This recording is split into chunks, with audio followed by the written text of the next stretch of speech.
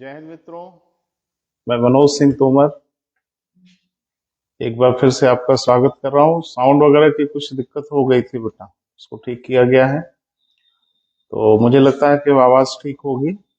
अपनी प्रतिक्रिया दें तो मैं अपनी बात को आगे बढ़ाऊं। कई दिनों से मैं आपके सामने आके बातचीत करना चाह रहा था, परंतु कुछ व्यस्तता वगैरह थी, जिसकी वजह से मैं लाइव नहीं हो पा रहा था। कुछ संस्थान की व्यस्तता थी और कुछ स्वास्थ्य संबंधी भी समस्या हो गई थी। तो प्रयास ये करूंगा कि आपसे निरंतर बातचीत होती रहे और गंभीर विषयों पे चर्चा मैं करता रहूं।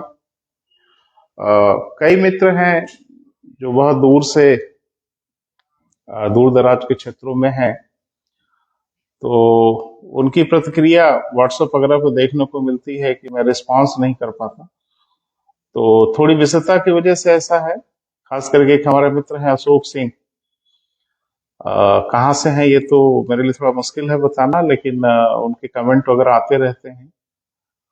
तो आप लोगों से स्नेह है हमें भी, लेकिन बस परेशानी हमारी व्यस्तता की है। बस अपना स्नेह बनाए रखिए, मैं समय समय पे आपके सामने आता रहूंगा और बातचीत करता रहूंगा। खास करके वे मित्र जिनका लक्ष्य है कि 2023 में खास करके जो उच्च प्रतियोगी परीक्षाएं हैं, पीसीएस वगैरह या सिविल सर्विसेज के जो हमारे मित्र हैं, परीक्षा देना चाहते हैं, बड़ी गंभीरता से लगना चाहते हैं, या जो अभी प्रक्रिया में लगे हुए हैं, सफलता नहीं मिल पा रही है, तो घबराने की कोई जरूरत नहीं है। प्रतियोगी परीक्षाओं में सबसे खास बात यह है कि दो चीजों की बहुत सख्त आवश्यकता है प्रतियोगी परीक्षाओं के लिए, और दोनों पे मैं पहले चर्चा कर लूं। एक तो आपके पास धैर्य होना चाहिए, पेशेंस होना चाहिए, क्योंकि प्रतियोगी परीक्षाओं में सफलताएं हमेशा आपके योजना के अनुसार नहीं होती कि आप जब चाहें सफल हो जाएं तभी आप सफल हों। दूसरा ये कि आपके अंदर कॉन्फिडेंस भी होना चाहिए। देखिए, हम लोग तो इस फील्ड में काफी दिनों से हैं। अभी 2021 का पीसीएस का रिजल्ट आया है, संस्थान के कई बच्चों ने सफलता प्राप्त की, जिसमें एक उदाहरण मेरे लिए बड़े ही महत्वपूर्ण है। वीरेंद्र प्रताप सिंह जीआईसी प्रिंसिपल के पद पर उनका चयन हुआ है। तो हिम्मत बना के रखनी होती है और आपको निरंतर अपने लक्ष्य की तरफ आगे बढ़ते रहना है और घबराना नहीं है, पूरे कॉन्फिडेंस के साथ, पूरे आत्मविश्वास के साथ। और हमेशा ये सोचना है कि कोई अन्य ग्रहों का प्राणी नहीं होता बेटा जो सफल होता, आप ही के जैसे लोग होते हैं। बस थोड़ा आप घबराते हैं, और घबराना नहीं चाहिए, आराम से पढ़ाई करनी है। और कोई बड़ी रहस्यमय चीजें प्रतियोगी परीक्षाओं में नहीं पूछी जाती, जैसा बहुत ढेर सारे जो बड़े प्लेटफॉर्म है कोचिंग इंस्टीट्यूट वगैरह के, वो कहीं ना कहीं आपको बताने की कोशिश करते हैं, प्रत्यक्ष अथवा अप्रत्यक्ष, कि बड़ी रहस्यमय चीजें पढ़नी होती हैं जो हम ही आपको पढ़ा पाएंगे। ऐसा कुछ भी नहीं है।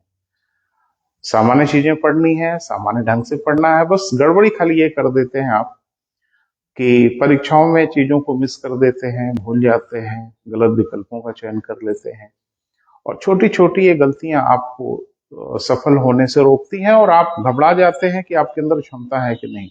आपके अंदर पूरी क्षमता है। धैर्य बना के रखना है, हिम्मत बना के रखना है, कंटिन्यूटी बना के रखना है, यानी अपनी पढ़ाई को हमेशा आपको कंटिन्यू करते रहना है। अभी जो प्रतियोगी परीक्षाओं के स्वरूप में परिवर्तन हो रहा है उस पर नजर रखना है। एक कहावत है ना, कहते हैं कि एक किताब के कीड़े, बुक वॉर्म।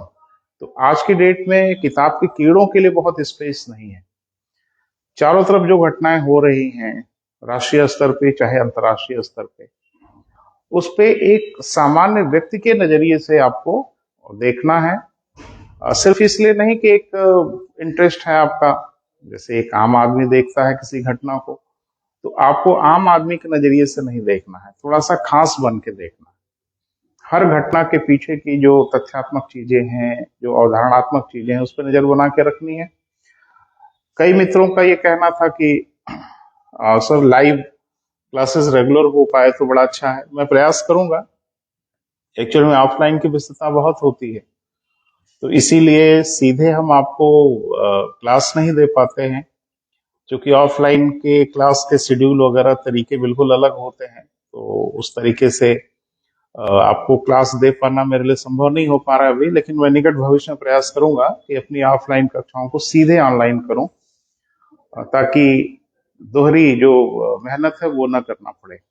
दूसरा कि कई मित्रों का मानना था कि कॉन्स्टिट्यूशन की क्लास यानी भारतीय राज व्यवस्था की क्लास को रेगुलर किया जाए। तो बहुत जल्द मैं भारतीय राज व्यवस्था जीरो से शुरू करूंगा और सब कुछ आपको पढ़ाऊंगा। जहां तक मेरी क्षमता है मैं प्रयास करूंगा, और क्षमता इतनी है कि आपको सफल कराने में अपनी भूमिका का निर्वहन कर देंगे। तो आज एक विषय पे मन है मेरा बात करने का, तो उस विषय पे हम चर्चा करते हैं आज। एक टॉपिक है बेटा जिसपे बार बार चर्चा हो रही है, जिसको हम लोग कहते हैं RTR, नहीं RTI नहीं, RTR, राइट टू रिकॉल। ये राइट टू रिकॉल क्या है, थोड़ा सा इसके विषय पे आपसे बात करते हैं आज। देखिए, लोकतंत्र की जो व्यवस्था हम लोगों ने आज की डेट में बनाई हुई है, डेफिनेटली शासन करने के ढेर सारे तरीकों में से यह एक बेहतरीन तरीका है।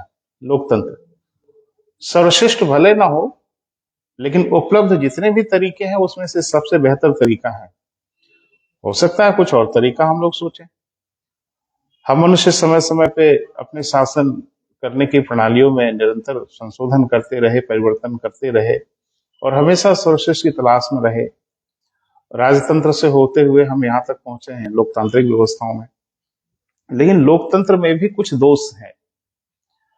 तो वो दोष क्या है बेटा, उसको जरा सा समझने की आवश्यकता है। लोकतंत्र में अगर एक टिपिकल डेमोक्रेसी की बात करें, आप लोकतंत्र की बात करें, तो उसमें हम मानते हैं कि बहुसंख्यक जो चाहते हैं मतदाता, उनकी सरकार बनती है। लेकिन बहुसंख्यक और अल्पसंख्यक के बीच में दूरी बहुत ज्यादा तो नहीं होती। आधे से एक अधिक लोग अगर चीजों को पसंद करते हैं तो लगभग आधे लोगों ने नापसंद भी किया है। तो कुल मिला लो भाई, एक जो भी व्यवस्था है उसमें से एक बेहतर व्यवस्था तो है ही है। लेकिन लोकतंत्र की सबसे बड़ी परेशानी क्या है, और स्पेशली हम लोगों के लोकतंत्र में, उस पर थोड़ा सा ध्यान देने की आवश्यकता है कि अगर हमें अपने जनप्रतिनिधियों को चुनने का अधिकार है, तरह तरह की बातें कह के हमें आकर्षित किया जाता है, और जब हम उनको चुन लेते हैं तो वो वादे पूरे भी नहीं होते, और हमारे पास फिर कोई ऐसा सिस्टम नहीं होता कि हम अपने सामने दिए गए वादों को पूरा करा पाए। तो अभी भारतीय लोकतंत्र की परेशानी यह है बेटा कि हम जब अपने जनप्रतिनिधियों को चुन लेते हैं तो 5 वर्ष के अंदर हम उनका कुछ भी नहीं कर सकते। अब जो भी हम कर पाएंगे वो अगले इलेक्शन में कर पाएंगे। तो एक तरह से 5 साल के लिए हम बंधक बन जाते हैं।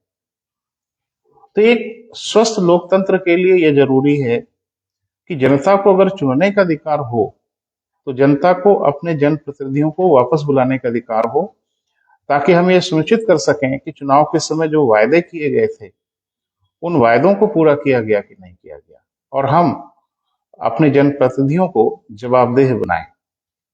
इसी का एक सिस्टम है जिसको हम लोग कहते हैं राइट टू रिकॉल, यानी वापस बुलाने का अधिकार। अब इस अधिकार को अगर आप व्यापक रूप में चर्चा करें तो इतिहास में जाएं तो कहीं ये ग्रीस में या एथेंस से इसकी शुरुआत हुई मानी जाती है। भारत में अगर आके देखें आप तो भारत में तो राजतंत्र ही रहा। इसके पहले लोकतंत्र के पहले राजतंत्र था। तो राजतंत्र में भी इक्का दुक्का उदाहरण देखने को मिले कि प्रजा के दबाव में राजा को हटना पड़ा, लेकिन एक कोई सार्वभौमिक व्यवस्था भारत में कभी रही नहीं। जब हमारे यहाँ लोकतंत्र की स्थापना हो गई, डेमोक्रेसी आ गई, तो डेमोक्रेसी में भी ये व्यवस्था नहीं बनाई जा पाई। जबकि दुनिया के कई देश हैं, जैसे स्विट्जरलैंड को तो हम लोग कहते हैं रिकॉल सिस्टम का घर है। व्यवहारिक रूप से अगर आप देखें तो अमेरिका में भी रिकॉल सिस्टम है, कई प्रदेशों में है, कनाडा में भी रिकॉल सिस्टम अभी उन लोगों ने बनाया है। भारत में रिकॉल सिस्टम नहीं हो पाया। यानी एक बार हम अपने जनप्रतिनिधियों को चुन लेते हैं तो फिर 5 वर्ष के बीच में हम उनका कुछ भी नहीं कर सकते। हाँ, बीच बीच में भारत में बड़े आंदोलन वगैरह हुए, बड़ी चर्चाएं हुई। एम एन राय साहब ने भी इस पे खूब चर्चा की, खूब उन्होंने बताया। जयप्रकाश नारायण ने 1975 में अपने आंदोलन में भी इस बात की चर्चा की, लेकिन ये सिर्फ चर्चाओं तक ही सीमित होकर रह गया, व्यवहारिक धरातल पे कुछ दिखा नहीं। तो राइट टू रिकॉल क्या है उसको थोड़ा समझना है कि जनता अगर चाहे तो अपने जनप्रतिनिधियों को उनके कार्यकाल की समाप्ति के पहले ही वापस बुला सके, जो भारतीय लोकतंत्र में नहीं है। और क्यों नहीं है, थोड़ा इस पे चर्चा करना है आपसे। एक्चुअल में एक उदाहरण से मैं आपको बताने का प्रयास कर रहा हूं। भारत के लोकतंत्र की जो निर्वाचन प्रणाली है, उस प्रणाली में ही कहीं ना कहीं परेशानी है। वो परेशानी जब तक दूर नहीं होगी तब तक हमारे यहाँ रिकॉल सिस्टम लागू नहीं होगा। और एक दुखद सच्चाई यह है कि भारत में कोई भी जनप्रतिनिधि, कुछ अपवादों को आप छोड़ दें तो, वो जनता का चुना हुआ प्रतिनिधि होता ही नहीं है, क्योंकि बहुसंख्य जनता उनको चुनती ही नहीं है। वही मैं एक उदाहरण से बता रहा हूं। जैसे समझने का प्रयास करिएगा, सभी मित्रों के लिए बहुत जरूरी है कि हम एक प्रबुद्ध भारतीय होने के नाते कम से कम कुछ चीजों पे अपनी राय तो रखें। प्रतियोगी परीक्षाएं अपनी जगह पे हैं, प्रतियोगी परीक्षाओं में भी इसकी आवश्यकता है, लेकिन एक भारतीय होने के नाते कुछ चीजों की जानकारी तो हमको होनी ही चाहिए। जैसे मान लीजिए कि लोकसभा का एक चुनाव होता है। अच्छा, भारत में परेशानी यह है कि अलग अलग लोकसभाओं में मतदाताओं की संख्या एक बराबर होती नहीं। जैसे आप देख रहे हैं कि कहीं पे वो संख्या 30 लाख तक भी है, कहीं 50,000 भी है, जो सबसे बड़ी लोकसभाएं हैं। लेकिन मान के चलिए कि एक लोकसभा में अगर मतदाताओं की संख्या 10 लाख है, एक औसत मान लीजिए 10 लाख मतदाता हैं, तो लोकतंत्र ये कहता है कि हमारा जनप्रतिनिधि वह हो जो कम से कम 5 लाख और प्लस 1 मत प्राप्त करे। तो कम से कम इतना वोट अगर कोई प्राप्त करता है तो हमारा जनप्रतिनिधि माना जा सकता है। लेकिन अगर ऐसा है तो भी बहुत अच्छा नहीं है, क्योंकि लगभग 5 लाख लोगों ने मना भी तो किया है कि आप हमारे जनप्रतिनिधि नहीं है। लेकिन थोड़ी देर के लिए आप मान लीजिए कि यह बात सही है कि 5 लाख प्लस 1 मत जो प्राप्त करे वो हमारा जनप्रतिनिधि मान लिया जाए। क्या भारत में यह व्यवहारिक है? मैं एक आंकड़े से आपको बताने का प्रयास कर रहा हूं। अक्सर इलेक्शन में आपने देखा होगा कि जब 60% वोटिंग हो जाती है तो हम लोग मान लेते हैं कि अच्छा मतदान हुआ। तो मान लीजिए 10 लाख वोटर में से अगर 60% का मतदान हुआ तो वोटिंग तो वास्तव में हुई 6 लाख की। 4 लाख लोगों ने मत दिया ही नहीं। अब ये 6 लाख जो मतदाता हैं, ये मत विभिन्न प्रत्याशियों में बटेगा। अच्छा, भारत के निर्वाचन की क्या प्रणाली है कि यहाँ बहुदलीय प्रणाली है। इसके अलावा निर्दल प्रत्याशी के रूप में भी चुनाव लड़ सकते हैं आप, पंजीकृत राष्ट्रीय पार्टी के रूप में चुनाव लड़ सकते हैं आप, राज्य स्तरीय पार्टी के रूप में चुनाव लड़ सकते हैं आप। यह भी विकल्प नहीं है आपके पास तो निर्दल प्रत्याशी के रूप में चुनाव लड़ सकते हैं। तो अब समस्या यह है कि अगर चुनाव में मान लीजिए, एक उदाहरण मैं आपको बता रहा हूं कि अगर 5 प्रत्याशी हैं तो ये जो 6 लाख वोट है इन्हीं 5 प्रत्याशियों में बटेगा। अब व्यवहारिक आप अगर देख लें तो यहां तो ये दिख रहा है कि अगर कोई व्यक्ति 2 लाख वोट पा जाता है, भाई 5 प्रत्याशी हैं, तो अब ये 6 लाख वोट इन्हीं 5 लोगों में बटे। तो हो सकता है किसी को 50,000 मिले, किसी को 70,000 मिले, लाइक दिस। तो ये भी तो संभव है कि किसी को 2 लाख वोट मिलेगा तो उसे सबसे अधिक वोट मिल गया। हमारे निर्वाचन प्रणाली की क्या व्यवस्था है कि आधे से अधिक वोट पाने की आवश्यकता नहीं है चुनाव जीतने के लिए। हमारी निर्वाचन प्रणाली ये कहती है कि जो सबसे अधिक वोट पाएगा वो हमारा प्रतिनिधि होगा। तो अब जाहिर सी बात है कि जिसको 2 लाख वोट मिला वो हमारा प्रतिनिधि हो गया। हमारे यहां तो सैद्धांतिक रूप से यह भी संभव है कि 10 लाख वोट में से 1 लाख वोट पाके भी आप जनप्रतिनिधि हो सकते। अब आप मुझे बताइए कि अगर कोई व्यक्ति 1 लाख वोट पाके जनप्रतिनिधि होता है 10 लाख वोटों में से, तो किस नजरिए से वो हमारा जनप्रतिनिधि है? 9 लाख लोगों ने कम से कम उन्हें नकार दिया है, या तो उन्होंने वोट नहीं दिया, या तो उन्होंने किसी अन्य प्रत्याशी को चुना। तो अगर आप इस नजरिए से देखें कि 10 लाख वोट में से कोई व्यक्ति 1 या 1.5 लाख वोट पाके चुनाव अगर जीतता है, तो वो किस प्रकार से हमारा जनप्रतिनिधि है। लेकिन आप देखेंगे कि ऐसे निर्वाचित लोग मीडिया के सामने, टीवी पे, यहां वहां ताल ठोकते हैं कि हमें जनादेश मिला है, जनता ने हमें चुना है। तो जनता ने कैसे चुना भैया? 10 लाख वोटों में से 1 लाख वोट पाके कोई प्रत्याशी चुनाव जीतता है, 9 लाख लोगों ने या तो आपको वोट नहीं दिया या तो वोट ही नहीं दिया। तो उन्होंने किसी न किसी प्रकार से आपको मना किया है ना कि आप हमारे जनप्रतिनिधि नहीं हैं। तो अगर आप रिकॉल सिस्टम की बात करें, जनप्रतिनिधियों को वापस बुलाने की व्यवस्था की बात करें, तो आपको तो पहले ही जनता ने, बहुसंख्य जनता ने वापस बुला लिया। यानी वो जो चुना हुआ प्रतिनिधि है वो तो ऑलरेडी रिकॉल्ड है, जनता ने उनको अपना प्रतिनिधि नहीं माना। लेकिन हमारे लोकतंत्र की परेशानी यह है कि हम इस सत्य से आंखें मूंद लेते हैं और हम मान लेते हैं कि ये हमारे जनप्रतिनिधि हैं। तो भारत में तो ऑलरेडी रिकॉल सिस्टम है, यानी जो भी प्रतिनिधि हैं ऑलमोस्ट ज्यादातर लोग तो रिकॉल्ड हैं, जनता के वो प्रतिनिधि नहीं है। और यही हमारे लोकतंत्र की सबसे बड़ी परेशानी भी हो गई कि कुछ लोगों को अपनी ओर आकर्षित करना ताकि एक निश्चित मात्रा में वोट मिल जाए, बहुसंख्य या ढेर सारे लोग भाड़ में जाए। तो इस प्रणाली को ठीक करने की जरूरत है, आवश्यकता है इस लोकतंत्र में। पहली आवश्यकता यह है कि बहुदलीय प्रणाली को समाप्त कर दिया जाए, सिर्फ 2 दलीय प्रणाली बनाई जाए। हम अपने मोबाइल के माध्यम से अपने अकाउंट को मैनेज कर लेते हैं, हम अपने मोबाइल के माध्यम से पैसे को एक खाते से दूसरे खाते में भेज सकते हैं, जो सबसे सिक्योर मामला होता है। तो क्या सरकार एक ऐसा सिस्टम नहीं बना सकती कि हम अपने मोबाइल से भी मतदान कर सकें?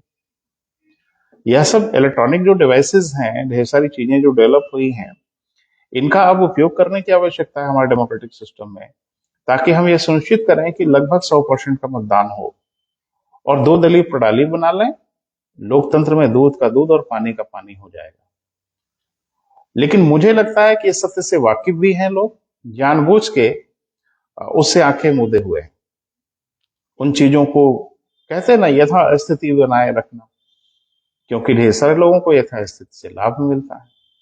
तो मैं ये बताने की कोशिश कर रहा हूं कि रिकॉल सिस्टम एक ऐसा सिस्टम है बेटा, जिसमें बहुसंख्य जनता जब अपने जनप्रतिनिधि को चाहे तब वापस बुला ले। और भारतीय निर्वाचन प्रणाली यह है कि निर्वाचन के समय ही बहुसंख्य जनता, मतदाता आपको मना कर देती है कि आप हमारे प्रतिनिधि नहीं हैं, लेकिन फिर भी हम एक जबरदस्ती का सिस्टम बनाए हुए हैं कि नहीं नहीं भाई, जो भी सबसे अधिक वोट पा गया वो हमारा जनप्रतिनिधि है। इसकी परेशानी यह हो गई कि वो मुट्ठी भर लोगों को आकर्षित करने के लिए तरह तरह की घोषणाएं, तरह तरह का प्रलोभन। दूसरी परेशानी कि चुनाव में अनाप शनाप के वायदे, और कुछ ऐसे वायदे जिनको किसी भी हालत पर नहीं पूरा किया जा सकता, लेकिन चुनाव के समय ऐसे वायदे कर लिए जाते हैं। और जब वो प्रतिनिधि चुन लिया जाता है तो उनकी जवाबदेहिता कौन तय करेगा? क्योंकि हमारे पास उनकी जवाबदेहिता तय करने का कोई सिस्टम नहीं है। अब आप जो भी कर सकते हैं वो 5 साल के बाद कर सकते हैं।